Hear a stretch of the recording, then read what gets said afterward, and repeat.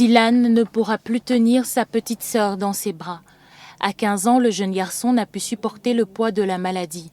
Il s'est éteint dans la nuit de ce lundi, laissant son père, sa mère et toute une famille démunie.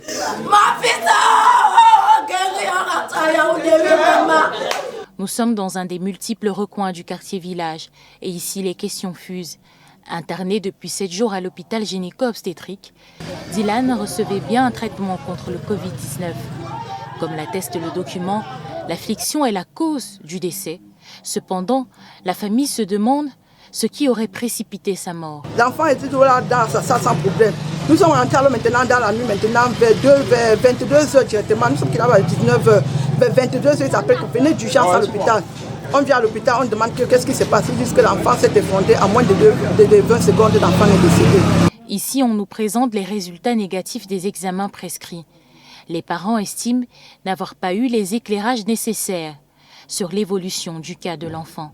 Ils nous ont dit que le deuxième scanner maintenant a montré que l'enfant avait un début de tuberculose et la rage. Ils ont maintenant prélevé le sang de l'enfant, donné comme pas à l'hôpital, comme pas à Bonanjo. Ils ont donné à mon grand frère qu'il ne faut pas à Bonanjo pour les examens. Il est parti, c'est hier qu'il est parti récupérer les examens là, et tout était négatif dans les examens qu'il est parti faire. Ce qui nous fait plus mal au cœur, hier soir on nous dit que l'enfant courait dans la salle. Les médicaments, même qu'ils m'ont envoyé acheter hier à 17 h, sont abandonnés, on a versé ça là-bas, on a laissé ça devant la cour de l'hôpital. Pour comprendre, nous nous rendons une fois de plus à l'hôpital gynéco-obstétrique, à la rencontre du docteur Dominique Njomo, chef de service anesthésie et réanimation, qui a pris en charge le malade. L'homme se dit affecté par les informations, précise avoir informé la famille de l'évolution du cas et de sa comorbidité. À toutes les étapes, cette famille, le papa, la maman et les frères et sœurs qui venaient prendre les nouvelles ont été informés. La preuve, ils l'ont accompagné faire un des scanners qu'il a eu à faire et nous avons toujours pris la peine d'expliquer.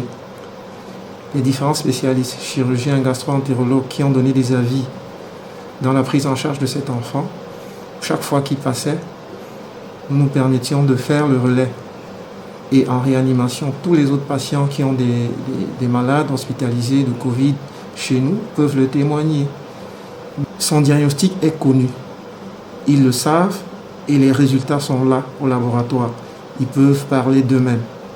D'après le médecin, le malade était atteint au foie. Et pour attester de la bonne foi de la formation, il se dit prêt à soumettre le dossier médical de Dylan à une contre-expertise. La symptomatologie était atypique quand même. Au-delà des symptômes du Covid connus jusqu'ici, il y avait une symptomatologie qui a justement, c'est ce qui a motivé les avis de chirurgiens et gastro-entérologues. Et on a fait un scanner abdominal supplémentaire qui a montré que l'enfant avait une grosse hépatomégalie. Et à la biologie, il avait une cytolyse hépatique dont le foie ne fonctionnait pas bien. On n'a rien à cacher. Le dossier est là, les résultats des examens, on a un laboratoire, on a cette chance-là d'avoir tout sur place. La famille peut faire venir une contre-expertise, d'autres médecins, d'autres personnes qui ont l'expertise pour pouvoir voir ce qui s'est passé. En attendant cette étape qui apaisera les doutes des parents, il leur reste à passer au plus difficile, procéder à l'enterrement du jeune garçon. Tout un processus pour une famille à genoux financièrement.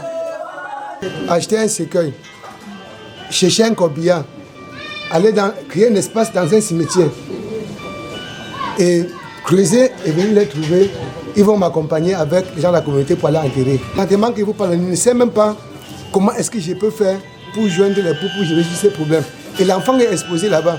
J'aimerais vraiment que si les Camerounais pouvaient avoir pitié de nous, qu'ils nous aident au moins à enterrer dignement cet enfant-là. Maintenant, on nous demande encore d'aller acheter ce qu'on n'est même pas capable d'acheter. Vous voyez tous ceux qui sont sur la cour là. Et ils venaient comme ça m'aider pour m'accompagner. Au moins, si le gouvernement peut avoir pitié de nous, pour aller enterrer au moins ces corps-là.